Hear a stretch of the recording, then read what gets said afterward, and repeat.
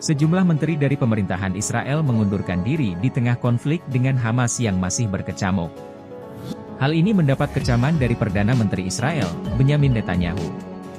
Salah seorang menteri yang mengundurkan diri ialah Benny Gantz yang menjabat sebagai Menteri Kabinet Perang.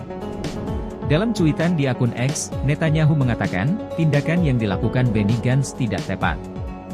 Alasannya, Israel saat ini sedang berada dalam perang eksistensial. Oleh karenanya, ini seharusnya menjadi momen untuk menggabungkan kekuatan bukan malah meninggalkan perang. Dikutip dari tribunnews.com, ia lantas mempersilakan pihak manapun yang mau membantu meraih kemenangan atas Hamas.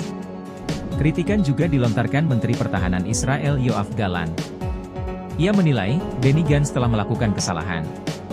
Sementara untuk mengisi kekosongan, Netanyahu saat ini tengah melobi Menteri Keamanan Nasional Itamar Ben-Gvir untuk bergabung dalam kabinet perang. Diketahui, tak hanya Gantz yang mengundurkan diri.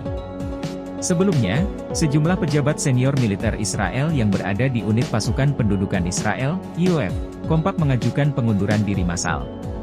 Diduga, pengunduran diri dilakukan karena adanya gangguan dalam unit, akibat ketidaksepakatan antara mereka mengenai pendudukan di Rafah.